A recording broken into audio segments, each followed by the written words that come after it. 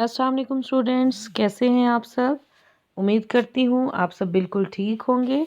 आज हम सबक केले का छिलका का एक नया काम करेंगे जो है इबारत की तशरीह। सबसे पहले तो आपको ये मालूम होना चाहिए कि इबारत किसे कहते हैं। तो इबारत किसी भी कहानी, किसी भी सबक या किसी भी नॉवल का, किसी किताब का एक छोटा सा टुकड़ा, छोटा सा पैराग्राफ होता है और उसमें मुश्किल अल्फाज का इस्तेमाल किया हुआ होता है। तो इसलिए जब हम उसकी तशरीह करते हैं, तशरीह करने का मकसद ये है कि हम उसे आसान अल्फाज में बयान करें ताकि पढ़ने वाले को उस इबारत का, उस पैराग्राफ का मफहूम समझ में आ जाए। तो सबसे पहले जो हम काम करेंगे, सबसे पहले हवाला मतन लिखेंगे। हवाले में हमने सबसे पहले सबक का उन्वान बताना है। सबक का उन्वान है केले का छिलका और मुसन्निफ़ का नाम तस्नीम जाफरी है। उसके बाद हम मुश्किल अल्फाज के मानी, आप यहाँ देख सकते हैं कि यहाँ कुछ अल्फाज को ख़त कशीदा किया हुआ है, अंडरलाइन किया हुआ है, जैसे कि होनहार, मयस्सर और इसके अलावा रोज़ी। ये 3 अल्फाज हैं जिन्हें ख़त कशीदा किया हुआ है।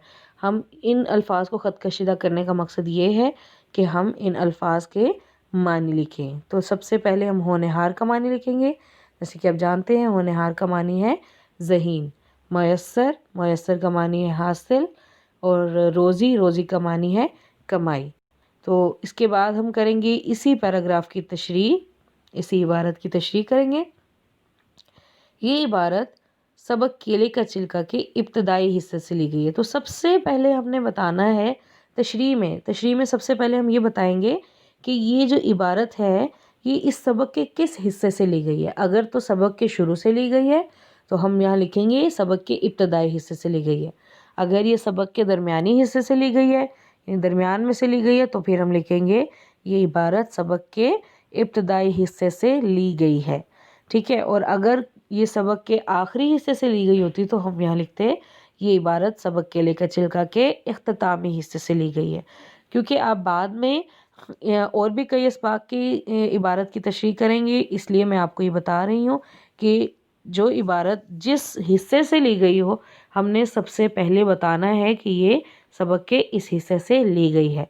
उसके बाद हमने उसी पूरे पैराग्राफ का एक मरकज़ी ख्याल बता देना, ये बता देना है कि इस पूरे पैराग्राफ में मुसन्निफ़ क्या समझाना चाह रहे हैं, हमें क्या बताना चाह रहे हैं।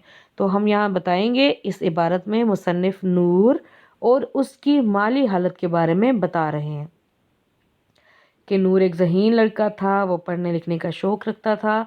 अपने फ़ारिग वक्त में वो खेलने कूदने के बजाय किताबें पढ़ता था। उसे अपने घर में ज़्यादा आसानी और खुशहाली मैसर ना थी, खुशहाली हासिल ना थी। अब देखेंगे जो अल्फाज मुश्किल अल्फाज थे ना, जिन्हें अंडरलाइन किया हुआ था, जिन्हें ख़त कशीदा किया था, हम उन्हें वैसे ही नहीं लिखेंगे, उनके मानी लिखेंगे और उस इबारत को आसान अल्फाज में करने की कोशिश करेंगे। जी, तो आगे है क्योंकि उसके बाप की कमाई का ज़रिया मज़दूरी था, वो मज़दूरी करके अपने घर वालों के अखराजात पूरे करता था। ठीक है। तो आपने इस तरह से आसान अल्फाज में लिखना है। आपको कोई भी पैराग्राफ दे दिया जाए उसमें से आपने पहले मुश्किल अल्फाज ढूंढने हैं, उनके मानी सोच कर लिखने हैं और फिर उसकी तशरीह करनी है। ठीक है। इबारत की तशरीह करते हुए हमने 3 चीज़ें याद रखनी होती हैं, 3 काम करने होते हैं। सबसे पहले हवाला मतन, जो कि आप यहाँ देख सकते हैं, हवाला मतन जिसे इंग्लिश में रेफरेंस कहते हैं। आप लोग इंग्लिश में भी ये काम कर चुके हैं यकीनन, और 5th क्लास में हम ये कर चुके हैं। तो सबसे पहले हमने हवाला देना है जिसके 2 हिस्से हैं हवाले के, सबक का उन्वान और मुसन्निफ़ का नाम।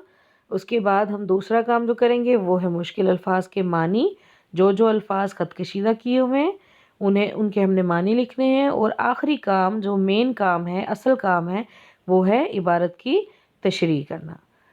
तो उम्मीद करती हूँ स्टूडेंट्स कि आपको आज के सबक की, आज के मौजू की समझ आ गई होगी।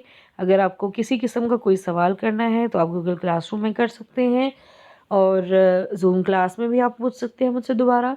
तो इंशाल्लाह अगले लेसन के साथ मिलेंगे, अगले सबक के साथ, नए काम के साथ। अल्लाह हाफ़िज़।